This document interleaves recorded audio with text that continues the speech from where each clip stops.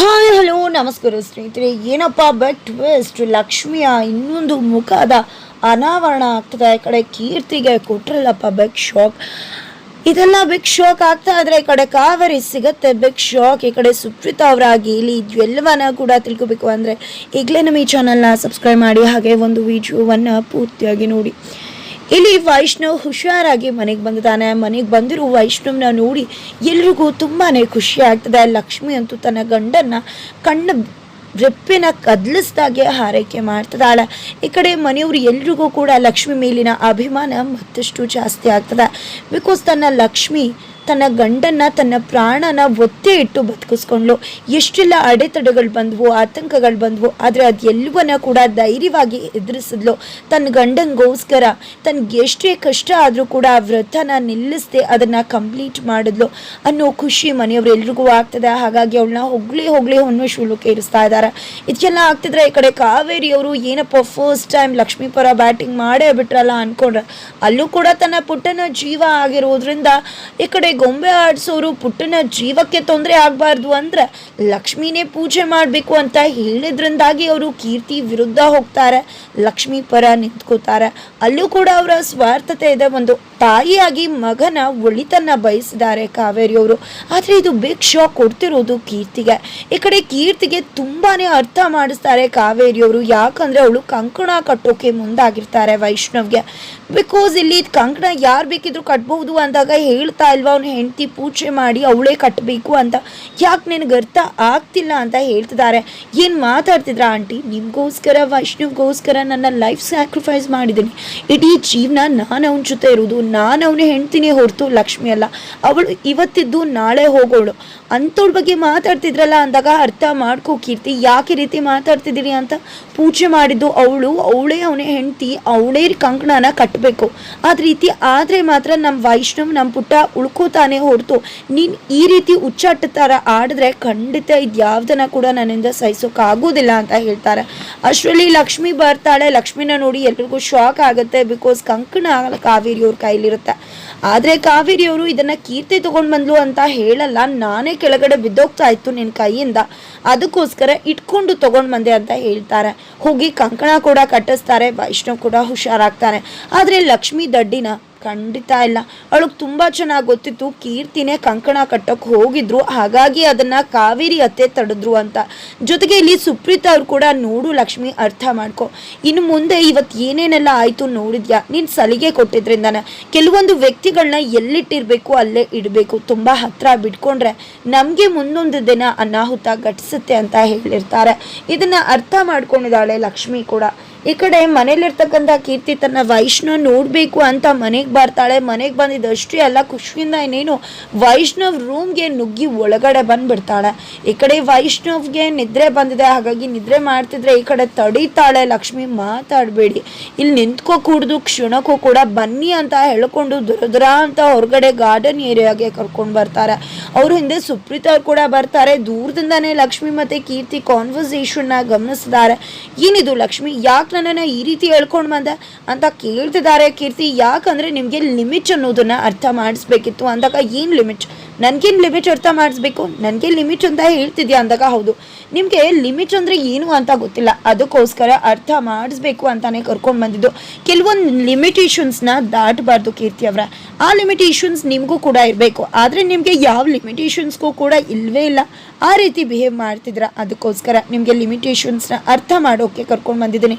ನಾನು ಸುಮ್ಮನಿರ್ತೀನಿ ಅಂದರೆ ನೀವು ಹೇಳಿದೆಲ್ಲ ಒಪ್ಕೋತೀನಿ ಅಂತಲ್ಲ, ಒಂದು ಹೇಳ್ತೀನಿ ಕೇಳಿಸ್ಕೊಳ್ಳಿ. ನೀವು ಮನೆ ತನಕ ಬರ್ತೀರಾ, ಹಾಲಲ್ಲಿ ಇರ್ತೀರಾ, ಪರವಾಗಿಲ್ಲ ಇರಿ, ಹಾಲ್ ಇರುವುದೇ ಎಲ್ಲರೂ ಕೂಡ ಇರುವುದಕ್ಕೆ. ಅಡುಗೆ ಮನೆ ತನಕ ಬರ್ತೀರಾ, ಬನ್ನಿ, ಅಡುಗೆ ಮಾಡಿರೋದನ್ನು ತಿಂತೀರಾ, ತಿನ್ನಿ, ಊಟ ಇರೋದಕ್ಕೆ ಊಟ ಮಾಡೋದಕ್ಕೆ. ಜೊತೆಗೆ ದೇವ್ರ ಮನೆಗೆ ಹೋಗ್ತೀರಾ, ದೀಪ ಹಚ್ತೀರಾ, ಪರವಾಗಿಲ್ಲ, ದೀಪ ಕೂಡ ಹಚ್ಚಿ. ದೇವರು ಯಾರೇ ದೀಪ ಹಚ್ಚಿದ್ರು ಹಚ್ಚಿಸ್ಕೊತಾನೆ, ಬೇಡ ಅಂತ ಹೇಳ್ತಾನ.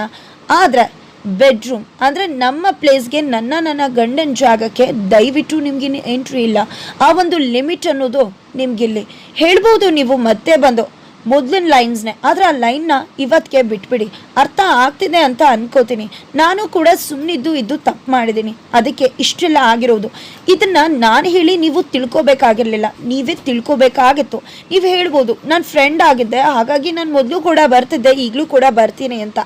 ಆದರೆ ನಿಮ್ಮ ಫ್ರೆಂಡ್ಗೆ ಮದುವೆ ಆದಮೇಲೆ ಹೆಂಡತಿ ಬಂದಮೇಲೆ ಅದು ಅವನ ಮತ್ತು ಅವಳ ಪ್ರೈವಸಿ ಜಾಗ ಆಗಿರುತ್ತೆ. ಅಲ್ಲಿಗೆ ನೀವು ಕಾಲ್ ಇಡಬಾರ್ದು. ಅಕಸ್ಮಾತ್ ಬರಬೇಕು ಅಂದರೂ ಡೋರ್ನ ನಾಕ್ ಮಾಡಿ ಇಬ್ಬರಲ್ಲಿ ಯಾರಾದರೂ ಒಬ್ಬರು ಒಪ್ಕೊಂಡಾಗ ಮಾತ್ರ ಒಳಗಡೆ ಬರಬೇಕೇ ಹೊರತು ಆ ರೀತಿ ಗೂಳಿ ನುಗ್ದಾಗೆ ನುಗ್ಗಬಾರ್ದು. ಅದು ಸಮಂಜಸ ಅಲ್ಲ. ನಿಮ್ಮ ಇಂಗ್ಲೀಷಲ್ಲಿ ಹೇಳ್ತಾರಲ್ವ ಮ್ಯಾನರ್ಸ್, ಅದನ್ನು ಸ್ವಲ್ಪ ಇಟ್ಕೊಳ್ಳಿ. ಲಿಮಿಟೇಷನ್ಸ್ನ ಕ್ರಾಸ್ ಮಾಡೋದು ನನಗೆ ಇಷ್ಟ ಆಗಲ್ಲ. ಇನ್ನು ಮುಂದೆ ನೆನ್ಪಿಟ್ಕೊಳ್ಳಿ, ಇನ್ನು ಮುಂದೆ ನನ್ನ ರೂಮನ್ ತನಕ ನಿಮಗೆ ಬರೋಕೆ ಪ್ರವೇಶ ಇಲ್ಲ. ನೀವು ಫ್ರೆಂಡ್ ಆಗಿದ್ದಾಗ ಹೇಗಿದ್ರಿ ಅನ್ನೋದು ನನಗೆ ಬೇಕಾಗಿಲ್ಲ. ಆದರೆ ಇವಾಗ ನನಗೆ ಮದುವೆ ಆಗಿದೆ, ಅವ್ರಿಗೆ ಮದುವೆ ಆಗಿದೆ ಅಂದಮೇಲೆ ನಾನು ಅವರು ಗಂಡ ಹೆಂಡತಿ, ಅದು ನಮ್ಮ ಪ್ರೈವಸಿ ಜಾಗ. ನಿಜ ಹೇಳಬೇಕು ಅಂದರೆ ಅಮ್ಮನೇ ಬರಬೇಕಿದ್ರೆ ಡೋರ್ ನಾಕ್ ಮಾಡಿ ಬರ್ಬೋದಾ ಅಂತ ಪರ್ಮಿಷನ್ ತೊಗೊಂಡು ಬರಬೇಕು. ಅಮ್ಮ ಕೂಡ ಆ ರೀತಿ ನುಗ್ಗಬಾರ್ದು, ಅದು ಕೂಡ ಅವ್ರಿಗೆ ಸಮಂಜಸ ಅಲ್ಲ. ಇನ್ನು ಅಮ್ಮಂಗೆ ಒಂದು ಪಾಲಿಸಿ ಇದ್ಮೇಲೆ ಬೆಸ್ಟ್ ಫ್ರೆಂಡ್ ಅಂತ ಅನ್ನಿಸ್ಕೊಂಡು ಮಾತ್ರಕ್ಕೆ ನೀವು ಆ ರೀತಿ ನುಗ್ಬೋದು ಅಂದ್ಕೊಂಡಿದ್ರ? ಒಂದು ಅರ್ಥ ಮಾಡ್ಕೊಳ್ಳಿ, ನೀವು ಬೆಸ್ಟ್ ಫ್ರೆಂಡ್, ಹೆಂಡತಿ ಆಗೋಕ್ಕಾಗಲ್ಲ, ನಾನು ಹೆಂಡತಿ ಬೆಸ್ಟ್ ಫ್ರೆಂಡ್ ಆಗೋಕ್ಕಾಗಲ್ಲ. ನಾನು ನನ್ನ ಲಿಮಿಟೇಷನ್ಸ್ ಎಲ್ಲ ಇರಬೇಕು ಅಂದರೆ ನೀವು ಕೂಡ ನಿಮ್ಮ ಲಿಮಿಟೇಷನ್ಸ್ನಲ್ಲಿ ಇರಬೇಕಾಗುತ್ತೆ. ಫ್ರೆಂಡು ಅನ್ನೋದನ್ನ ಅರ್ಥ ಮಾಡಿಕೊಂಡು ಎಲ್ಲಿರಬೇಕೋ ಇನ್ನು ಮುಂದೆ ಅಲ್ಲಿರಿ. ದೇವಸ್ಥಾನದಲ್ಲೂ ಅಷ್ಟೇ, ವ್ರತ ಮಾಡೋಕೆ ಬಂದರೆ ಅದು ನನಗೆ ಖುಷಿನೇ, ನನ್ನ ಗಂಡನ ಮೇಲೆ ಕಾಳಜಿ ನೋಡಿ ಖುಷಿ ಆಗುತ್ತೆ. ಆದರೆ ನೀವು ಮಾಡಿದ ಸರಿನಾ? ಒಮ್ಮೆ ಅದನ್ನು ಅರ್ಥ ಮಾಡಿಸ್ತಿದ್ದಾಗೆ ಓಕೆ ಅಂತ ಹೇಳಿ ಅರ್ಥ ಮಾಡಿಕೊಂಡು ಸುಮ್ಮನೆ ಆಗಲಿಲ್ಲ. ನೀವು ವಾದ ಮಾಡಿದ್ರಿ, ನಾನೇ ಮಾಡ್ತೀನಿ ಅಂದರೆ ಇದೆಲ್ಲ ಯಾಕೆ ಆಯ್ತು ಹೇಳಿ? ನಿಮ್ಮ ಲಿಮಿಟೇಷನ್ಸ್ ನಿಮಗೆ ಗೊತ್ತಿಲ್ಲದೆ ಇರೋದ್ರಿಂದ. ಅದಕ್ಕೋಸ್ಕರ ಇವತ್ತು ನಿಮ್ಮ ಲಿಮಿಟೇಷನ್ಸ್ನ ನಿಮಗೆ ಅರ್ಥ ಮಾಡಿಸ್ತಿದ್ದೀನಿ, ದಯವಿಟ್ಟು ಅರ್ಥ ಮಾಡ್ಕೊಳ್ಳಿ ಅಂತ ಲಕ್ಷ್ಮಿ ಹೇಳ್ತಿದ್ದಾಳೆ. ಇದನ್ನು ನೋಡಿದ್ದೆ ಸುಪ್ರೀತ್ ಅವ್ರಿಗೆ ಖುಷಿ ಆಗ್ಬಿಡುತ್ತೆ, ಬಟ್ ಕೀರ್ತಿ ಅಂತೂ ಉರ್ತೋಗ್ತಾಳೆ. ನಂತರ ಆ ಕಡೆ ಕಾವೇರಿ ಅವರು ಕುತ್ಕೊಂಡಿರ್ಬೇಕಿದ್ರೆ ಮಹಿಳಾ ಸಂಘದವ್ರು ಬರ್ತಾರೆ. ಬಿಕಾಸ್ ಆ ಒಂದು ಸೂಪರ್ ಜೋಡಿ ಕಾಂಪಿಟೇಷನ್ನ ನಡೆಸಬೇಕು ಅನ್ನೋ ಕಾರಣಕ್ಕೆ ನಿಮಗೆ ಆಗಿದ್ದೆಲ್ಲ ಗೊತ್ತಾಯಿತು, ತುಂಬಾ ಬೇಜಾರಾಗಿತ್ತು. ನಾವು ಕೂಡ ಹೋಲ್ಡಲ್ಲಿ ಇರ್ತಿದ್ವಿ, ನೀವಿಬ್ರು ಬರ್ದೆ ನಮಗೂ ಕೂಡ ಈ ಒಂದು ಕಾಂಪಿಟೇಷನ್ನ ನಡೆಸೋದು ಅಷ್ಟು ಇಷ್ಟ ಇರಲಿಲ್ಲ ಅಂತ.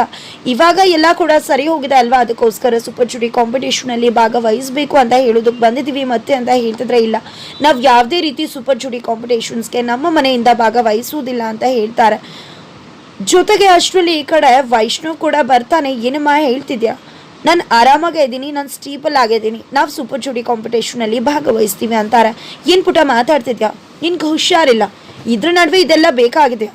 ಏನೂ ಕೂಡ ಬೇಡ ನೋಡಿ, ನಾನು ಹೇಳ್ತಾ ಇದ್ದೀನಿ ಬೇಡ ಅಂತಾನೆ ಹೇಳ್ತಾರೆ ಕಾವೇರಿಯವರು.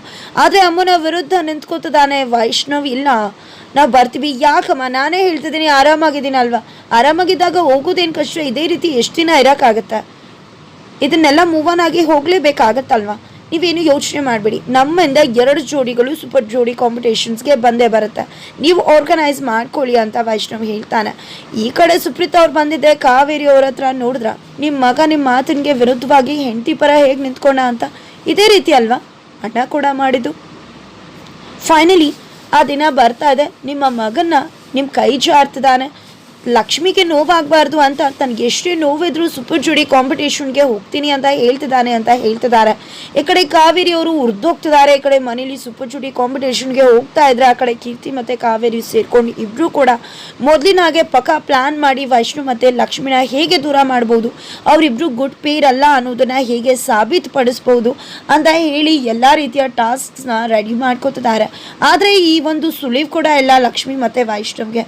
ಜೊತೆಗೆ ಲಕ್ಷ್ಮಿ ವೈಷ್ಣವ್ ತುಂಬಾ ಚೆನ್ನಾಗಿ ಅರ್ಥ ಮಾಡ್ಕೊಂಡಿದ್ದಾಳೆ. ಬಟ್ ವೈಷ್ಣವ್ಗೆ ಲಕ್ಷ್ಮಿಯ ಯಾವೊಂದು ವಿಷಯ ಕೂಡ ಗೊತ್ತಿಲ್ಲ. ಅದೆಲ್ಲದರ ನಡುವೆ ಈ ಕಡೆ ಲಕ್ಷ್ಮಿ ಮತ್ತೆ ವೈಷ್ಣವ್ ಹೇಗೆ ಗೆಲ್ತಾರೆ? ಇಷ್ಟು ದಿನ ಕಾಂಪಿಟೇಷನ್ಸ್ ಇದ್ದಿದ್ದ ರೀತಿನೇ ಬೇರೆ, ಆದರೆ ಇವತ್ತು ಅಂಡರ್ಸ್ಟ್ಯಾಂಡಿಂಗ್ ಮೇಲೇನೆ ಸಾಕಷ್ಟು ಟಾಸ್ಕ್ಗಳನ್ನ ಆರ್ಗನೈಸ್ ಮಾಡಿದ್ದಾರೆ. ಈ ಕಡೆ ಕಾವೇರಿ ಪ್ಲಾನ್ ಪ್ರಕಾರ, ಹಾಗೆ ಕೀರ್ತಿ ಪ್ರಕಾರವಾಗಿ. ಹಾಗಾದ್ರೆ ಈ ಒಂದು ಸೂಪರ್ ಜೋಡಿ ಕಾಂಪಿಟೇಷನಲ್ಲಿ ಗೆಲ್ಲೋರು ಯಾರು ಅನ್ನೋ ಪ್ರಶ್ನೆಗೆ ಉತ್ತರ ಖಂಡಿತ ವೈಷ್ಣವ್ ಮತ್ತೆ ಲಕ್ಷ್ಮಿ. ಆದರೆ ಅದು ಹೇಗೆ, ಎಂಥ ಅಡೆತಡೆಗಳು ಬರುತ್ತೆ, ಎಷ್ಟು ಕಷ್ಟಪಟ್ಟು ಅವರಿಬ್ರು ಗೆಲ್ತಾರೆ, ಆ ಒಂದು ಕಾಂಪಿಟೇಷನ್ ಹೇಗೆ ಮಸ್ತಾಗಿರುತ್ತೆ, ಫನ್ ಆಗಿರುತ್ತೆ. ಈ ಕಡೆ ಏನೇನೆಲ್ಲ ಪಿತೂರಿನ ಮಾಡ್ಬೋದು ಕಾವೇರಿ ಮತ್ತು ಕೀರ್ತಿ, ಇದೆಲ್ಲವನ್ನ ಕೂಡ ತಿಳ್ಕೊಬೇಕು ಅಂದರೆ ಈಗಲೇ ನಮ್ಮ ಈ ಚಾನಲ್ನ ಸಬ್ಸ್ಕ್ರೈಬ್ ಮಾಡಿ. ಹಾಗೆ ಮುಂದಿನ ವಿಡಿಯೋಗೋಸ್ಕರ ವೇಟ್ ಮಾಡೋದನ್ನು ಮರಿಬೇಡಿ.